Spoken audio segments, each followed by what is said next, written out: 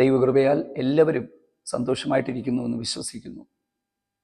ദൈവവചനത്തിൽ നിന്നുള്ള ശരിയായ പരിജ്ഞാനം നാം തെറ്റിപ്പോകാതെ ലക്ഷ്യത്തിലേക്ക് എത്തുവാൻ നമ്മുടെ ജീവിതത്തിൽ അത്യന്താപേക്ഷിതമാണ്. ഒരു വേദഭാഗത്തിലേക്ക് നമ്മുടെ ശ്രദ്ധയെ കൊണ്ടുവരാം. എബ്രായ ലേഖനം 10-ാം അധ്യായത്തിൻ്റെ 34-ാം വാക്യം. ആ വാക്യത്തിൻ്റെ രണ്ടാമത്തെ ഭാഗം ഇങ്ങനെയാണ്: സ്വർഗത്തിൽ നിലനിൽക്കുന്ന ഉത്തമ സമ്പത്ത് നിങ്ങൾക്ക് ഉണ്ട് എന്നറിഞ്ഞ് സമ്പത്തുകളുടെ അപഹാരവും സന്തോഷത്തോടെ സഹിച്ചുവല്ലോ. എബ്രായ ലേഖനം എഴുതപ്പെട്ട പശ്ചാത്തലം എന്താണ്? എബ്രായ ലേഖനത്തിൽ വിശ്വാസികളുടെ വിശ്വാസത്തിൻ്റെ തലം എന്താണ്, അവരേത് നിലവാരത്തിലാണ് നിൽക്കുന്നത് എന്നുള്ള കാര്യം ഇതിനു മുമ്പ് ചെയ്ത ആത്മീക മന്ദത എന്ന ഗുരുതര രോഗം എന്ന് പറയുന്ന ഒരു മെസ്സേജ് നമ്മുടെ ഈ ചാനലിൽ ചെയ്തിട്ടുണ്ട്.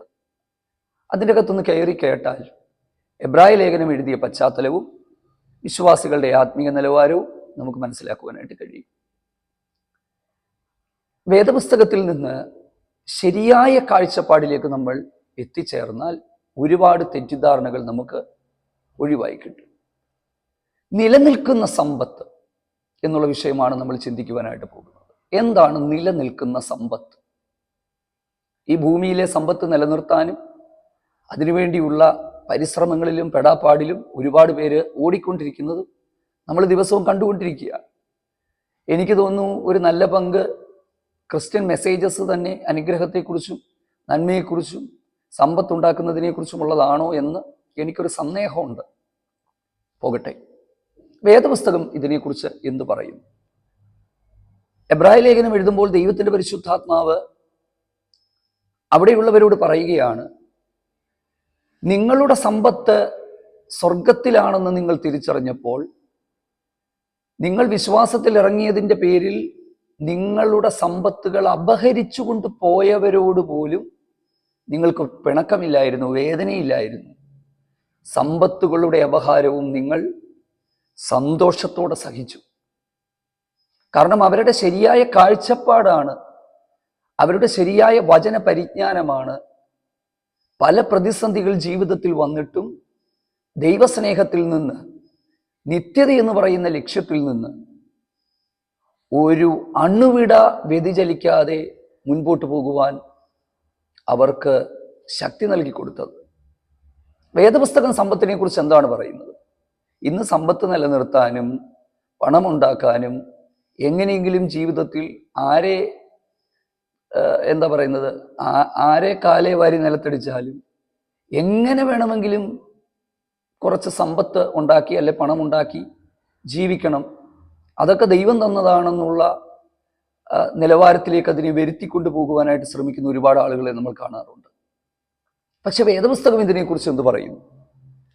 ശലോമോന്റെ വാക്കുകളിൽ പറഞ്ഞാൽ സദൃശവാക്യം 27-24, സമ്പത്ത് എന്നേക്കും ഇരിക്കുന്നതല്ലല്ലോ. നമ്പർ 1 ഒരു സ്റ്റേറ്റ്മെന്റ് ആണ്. രണ്ടാമത്തേത് ഒരു ക്വസ്റ്റ്യൻ ആണ്. കിരീടം തലമുറയോളം ഇരിക്കുമോ? അപ്പം അദ്ദേഹത്തിന് പോലും മനസ്സിലായി സമ്പത്തൊന്നും ഇരിക്കത്തില്ല, കിരീടം തലമുറയായിട്ട് ഇരിക്കത്തില്ല. ഞാൻ അതിനെക്കുറിച്ച് കൂടുതൽ വിശദീകരിക്കുന്നൊന്നുമില്ല. എന്തിനാ? വേദപുസ്തകത്തിൽ നിന്ന് വേണ്ട, നമ്മുടെ സമൂഹത്തിലേക്ക് നമ്മൾ നോക്കിയാൽ 2-3 തലമുറകൾക്ക് മുമ്പ് കോടീശ്വരരായി സമ്പന്നരായി ജീവിച്ചിരുന്നവരുടെ തലമുറകൾ പാപ്പരായി പോയില്ലേ? ഉണ്ട്. ഈ പലരും പ്രാർത്ഥിക്കാൻ വരുമ്പോൾ അവര് പണ്ട് അങ്ങനെ ആയിരുന്നു, ഇങ്ങനെ ആയിരുന്നു, ഞങ്ങൾ ഇങ്ങനെ ആയിപ്പോയെന്ന് പറയുമ്പം പോലും നമുക്ക് മനസ്സിലാകുന്ന ഒരു കാര്യമാണത്. 2, പണ്ട് ദാരിദ്ര്യത്തിൽ കിടന്നവർ ഇന്ന് സമ്പന്നരായില്ലേ? ആയിട്ടുണ്ടല്ലോ. ഈ ലോക ചരിത്രത്തിൽ നോക്കിയാൽ കിരീടം വെച്ചുകൊണ്ട് ഈ ലോകത്തെ വെട്ടിപ്പിടിച്ച മഹാരഥന്മാർ എവിടെ പോയി? കിരീടം എന്ന് നിലനിൽക്കത്തില്ല, സമ്പത്തെന്ന് നിലനിൽക്കത്തില്ല. അങ്ങനെയെങ്കിൽ വാസ്തവമായ സമ്പത്ത് സത്യത്തിൽ എന്താണ്? യഥാർത്ഥമായൊരു തിരിച്ചറിവിലേക്ക് വരിക. പണമാണോ നിലനിൽക്കുന്നത്? ഒരിക്കലുമല്ല. സ്വർഗത്തിൽ നിലനിൽക്കുന്ന ഉത്തമ സമ്പത്ത് എന്നാണ് സമ്പത്തിനെ വിശേഷിപ്പിച്ചിരിക്കുന്നത്. നിലനിൽക്കുന്ന ഉത്തമ സമ്പത്ത്. അപ്പൊ ഈ ലോകത്തിലുള്ളത് നിലനിൽക്കാത്തതാണ്. വേദപുസ്തകം ഇതിനെക്കുറിച്ച് എന്ത് പറയും? ഞാൻ സമ്പത്തിനെതിരല്ല, സമ്പത്ത് ഉള്ളവർക്കെതിരുമല്ല. പക്ഷേ വചനം ഇതിനെക്കുറിച്ച് എന്ത് പറയുന്നു? എൻ്റെ കാഴ്ചപ്പാടുകൾ അത് ഞാൻ ഏറ്റവും ഒടുവിലേക്ക് വരുമ്പോൾ പറയാം. നിങ്ങൾക്ക് തെറ്റിദ്ധാരണ ഉണ്ടാകരുത്. അതിൻ്റെ അർത്ഥം നമ്മൾ ദാരിദ്ര്യത്തിൽ കിടക്കണമെന്നോ നമുക്ക് നല്ല വീടുകൾ വേണ്ടെന്നോ വാഹനം വേണ്ടെന്നോ കുഞ്ഞുങ്ങൾ വേണ്ടെന്നോ ഒന്നുമല്ല ഞാൻ അർത്ഥമാക്കുന്നത്. പക്ഷേ ദൈവം ആഗ്രഹിക്കുന്നത് നമ്മുടെ കാഴ്ചപ്പാടുകൾ ശരിയായ വഴിയിലേക്ക് എത്തിച്ചേരണം എന്നുള്ളതാണ്. ഈ ഭൂമിയിലെ സമ്പത്തുകൾക്കപ്പുറം 60-70 വർഷം കഴിയുമ്പോൾ നമ്മൾ ഇതെല്ലാം ഇട്ടിട്ട് ഒന്നുമില്ലാത്തവരായി അമ്മയുടെ ഗർഭപാത്രത്തിൽ നിന്ന് വന്നതുപോലെ നഗ്നരായി നമ്മൾ ഈ ഭൂമി വിട്ടു പോകുമ്പോൾ അതിനപ്പുറം നിലനിൽക്കുന്ന ഒരു സമ്പത്ത് നമുക്ക് സ്വർഗത്തിൽ ഉണ്ടെന്ന് വിശുദ്ധ വേദപുസ്തകം നമ്മളെ പഠിപ്പിക്കുകയാണ്. നമ്മളത് മനസ്സിലാക്കണമെന്ന് ദൈവം നമ്മെക്കുറിച്ച് ആഗ്രഹിക്കുകയാണ്. നമ്മുടെ വാഴ്ത്തപ്പെട്ട കർത്താവായ യേശു ക്രിസ്തു ഇതിനെക്കുറിച്ച് എന്താണ് പറഞ്ഞത്? യോഹന്നാന്റെ സുവിശേഷം 18-ാം അധ്യായത്തിന്റെ 36-ാമത്തെ വാക്യത്തിൽ തന്നെ വിസ്തരിച്ച അന്നത്തെ കാലത്തെ റോമൻ ഭരണാധികാരിയായിരുന്ന പീലാത്തോസിനോട് യേശു പറഞ്ഞു, എൻ്റെ രാജ്യം ഐഹികമല്ല, ആയിരുന്നെങ്കിൽ എൻ്റെ സേവകന്മാർ പോരാടുമായിരുന്നു. നമ്മൾ മനസ്സിലാക്കുക, യേശു സ്ഥാപിച്ച രാജ്യം ഒരിക്കലും ഐഹികമല്ല, ഈ ലോകത്തിലേതല്ല. മനസ്സിലായോ? ലൂക്കോസിന്റെ സുവിശേഷം 12-ാം അധ്യായത്തിന്റെ 14-ാമത്തെ വാക്യത്തിൽ യേശുവിൻ്റെ അരികിലേക്ക് ഒരു ചെറുപ്പക്കാരൻ വന്നിട്ട് പറയുകയാണ്, എൻ്റെ സഹോദരനുമായിട്ട് എൻ്റെ വസ്തു വീതം വെക്കാൻ എന്നെ സഹായിക്കണം. യേശുവിനോട് പറഞ്ഞ വാക്ക് എന്നെ അത്ഭുതപ്പെടുത്തി. എന്നെ നിങ്ങൾക്ക് വിധികർത്താവും ന്യായകർത്താവുമാക്കിയത് ആരാണ്? സകലവിധ ദ്രവ്യാഗ്രഹവും സൂക്ഷിച്ചൊഴിയുക. അപ്പൊ നമ്മൾ മനസ്സിലാക്കിയ ഇതൊക്കെയാണ് യേശുവിൻ്റെ കാഴ്ചപ്പാട്. വേദപുസ്തകം പോലും നമ്മളോട് പറയുന്നത് അത് തന്നെയല്ലേ? മത്തായി സുവിശേഷം 6-ാം അധ്യായത്തിന്റെ 33-ാമത്തെ വാക്യം, മുമ്പേ അവന്റെ രാജ്യവും നീതിയും അന്വേഷിക്കുക, അതോടുകൂടി സകലവും നിങ്ങൾക്ക് കിട്ടും എന്ന് എഴുതിയിട്ടുണ്ടോ? ഒരിക്കലുമില്ല. വേദപുസ്തകത്തിൽ എങ്ങും ഞാനത് കണ്ടില്ല. ഇതൊക്കെയും നിങ്ങൾക്ക് കിട്ടും. എന്താ? എന്ത് തിന്നും, എന്ത് കുടിക്കും, എന്തുടുക്കും, ഇതിനെക്കുറിച്ച് നിങ്ങൾ വിചാരപ്പെടരുത്. ലോകജാതികൾ ഇത് അന്വേഷിക്കുന്നു. ഒരു ദൈവഭക്തന് എന്ത് ആവശ്യമുണ്ട് എന്നുള്ളത് ദൈവത്തിന് വളരെ വ്യക്തമായിട്ട് അറിയാം.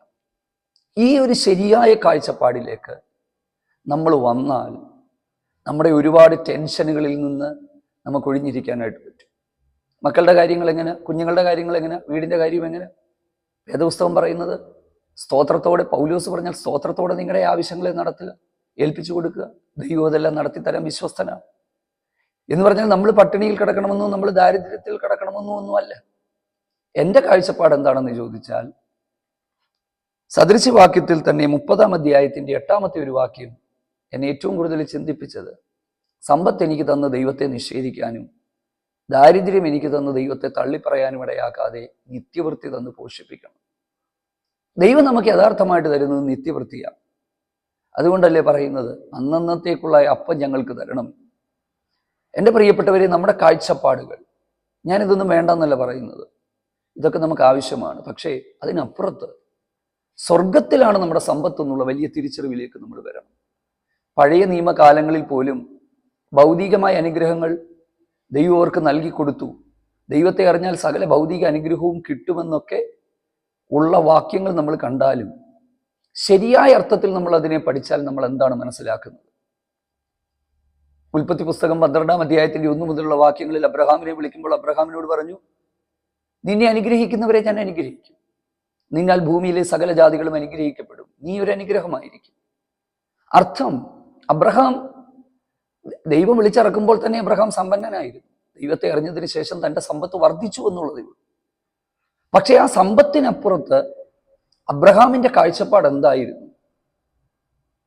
എബ്രായ ലേഖനം 11-ാം അധ്യായത്തിന്റെ 9-ാമത്തെ വാക്യത്തിൽ പറയും, കൂടാരത്തിൽ വിശ്വാസത്താൽ അബ്രഹാം വാഗ്ദത്ത ദേശത്ത് ചെന്നിട്ട് കൂടാരത്തിൽ പാർത്തുകൊണ്ട് ദൈവം ശില്പിയായുള്ളതും അടിസ്ഥാനങ്ങളുള്ളതുമായ നഗരത്തിനായി കാത്തിരുന്നു. ടെന്റിലാണ് താമസിച്ചത്, സർവസമ്പന്നനായിരുന്നു. പക്ഷെ കാഴ്ചപ്പാട് നോക്കുക, എന്തായിരുന്നു കാഴ്ചപ്പാട്?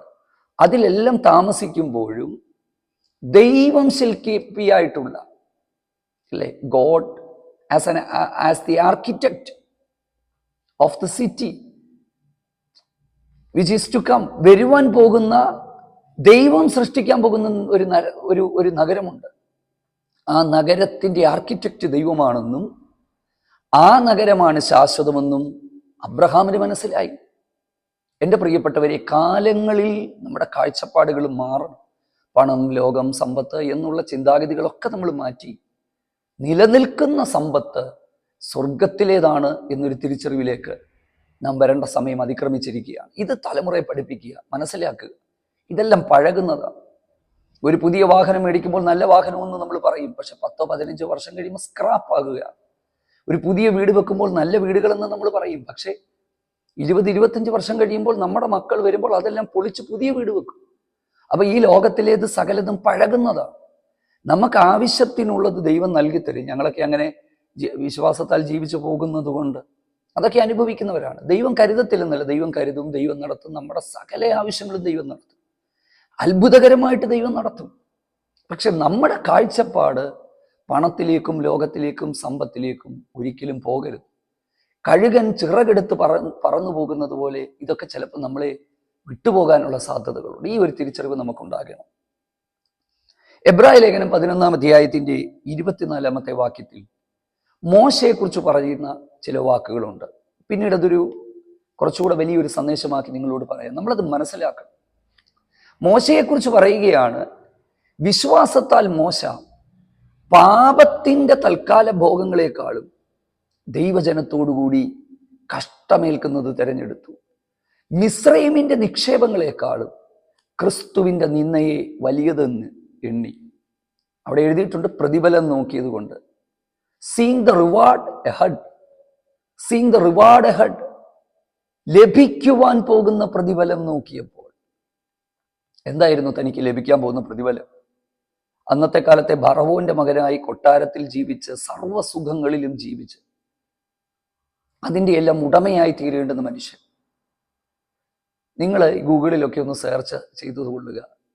ഇവിടുത്തെ പല പിരമിഡുകളും പൊളിച്ചപ്പോൾ പിരമിഡുകൾക്കുള്ളിൽ നിന്ന് എത്രയോ കോടികളുടെ സ്വർണവും രത്നവുമാണ് ലഭിച്ചത്. ആ ഒരു സർവസുഖ ആഡംബരങ്ങളിൽ ജീവിക്കേണ്ടുന്ന മോശ എന്ന് പറയുന്ന മനുഷ്യൻ പ്രതിഫലം നോക്കിയപ്പോൾ, ദർശനം തൻ്റെ ഉള്ളിൽ ഉണ്ടായപ്പോൾ, ഫറവോന്റെ കൊട്ടാരത്തിലെ പാപത്തിന്റെ സുഖത്തേക്കാൾ ദൈവജനത്തോടുകൂടി കഷ്ടം ഏൽക്കുന്നത് തെരഞ്ഞെടുത്തു. അതാണ് ഞാൻ ആരംഭത്തിൽ പറഞ്ഞത്, നമ്മുടെ കാഴ്ചപ്പാട് ശരിയായാൽ നമ്മുടെ മാർഗം ശരിയാകും. നമ്മുടെ ദർശനം ശരിയായ ദർശനമായി മാറട്ടെ, നമ്മുടെ കാഴ്ചപ്പാടുകൾ ശരിയായ മാർഗമായി മാറട്ടെ. ഈ ദിവസങ്ങളിലൊക്കെ ദൈവവചന ധ്യാനത്തിലൂടെ നിങ്ങളിലേക്ക് കൈമാറ്റം ചെയ്യുവാൻ ആഗ്രഹിക്കുന്നത് അതാണ്. യേശു നമുക്ക് എന്താണ് തന്നത്? അത് നമ്മൾ പഠിക്കണം. യേശുവിലൂടെ ലഭ്യമാകുന്ന രക്ഷ എന്താണ്? അത് എങ്ങനെ പ്രാപ്യമാകാം? ഈ ലോകത്തിൽ എങ്ങനെ ജീവിച്ചു പോകാം? Praise the Lord. അപ്പോൾ പഴയ നിയമത്തിൽ ദൈവം അവർക്ക് ഭൗതിക അനുഗ്രഹങ്ങൾ നൽകിയതിൻ്റെ പിന്നിലെ ദൈവോദ്ദേശം എന്ന് പറയുന്നത് ലോകത്തിന്റെ മുമ്പിൽ ഇസ്രായേൽ എന്ന് പറയുന്ന രാഷ്ട്രം വെളിച്ചമായി തീരണമെന്നും അവരിലൂടെ ഇരുട്ടിൽ കിടക്കുന്നവർ സത്യദൈവത്തെ അറിയണം എന്നും ഒരു ചിന്തയായിരുന്നു ദൈവത്തിനുണ്ടായിരുന്നത്. പക്ഷേ ഒരു പരിധിവരെ അത് അമ്പെ പരാജയപ്പെട്ടു പോയി. BC 8-ാം നൂറ്റാണ്ടിൽ പ്രവചിച്ച പ്രവാചകന്മാരായ യെശയ്യാവ്, ആമോസ്, ഹോശേയ, മീഖ ഇവരുടെയൊക്കെ പുസ്തകങ്ങൾ പഠിച്ചാൽ ദൈവം അവർക്ക് സമ്പത്തും പദവികളും നന്മകളും നൽകിയപ്പോൾ എന്താ പറയുന്നത്? അന്യായത്തിന് കൂട്ടുനിന്ന് അനീതിയിലേക്കും മറ്റുള്ളവരെ പീഡിപ്പിക്കുന്നതിലേക്കും ഒക്കെ അവർ പോയപ്പോൾ ദൈവം അവർക്ക് നൽകി കൊടുത്ത സമ്പത്തുകളും അനുഗ്രഹങ്ങളും തിരിച്ചെടുത്തു. നമ്മൾ ചരിത്രം പഠിക്കണം, വേദപുസ്തകം നന്നായി പഠിക്കുക. യേശുവിന്റെ അരികിൽ പോലും പിശാച് വന്നിട്ട് പറഞ്ഞത് എന്താണെന്ന് അറിയാമോ? ലൂക്കോസിന്റെ സുവിശേഷം 4-ാം അധ്യായം അതിൻ്റെ 5-ാമത്തെ വാക്യം, ഈ കാണുന്ന സകല അധികാരവും മഹത്വവും എങ്കിൽ ഭരമേൽപ്പിച്ചിരിക്കുന്നു. എൻ്റെ സ്വന്തമാണെന്നല്ല പറഞ്ഞത്, കാരണം ഇതൊന്നും അവൻ്റെ സ്വന്തമല്ല. Because the land belongs to God, ഭൂമിയും അതിൻ്റെ പൂർണ്ണതയും ദൈവത്തിൻ്റെതാണ്.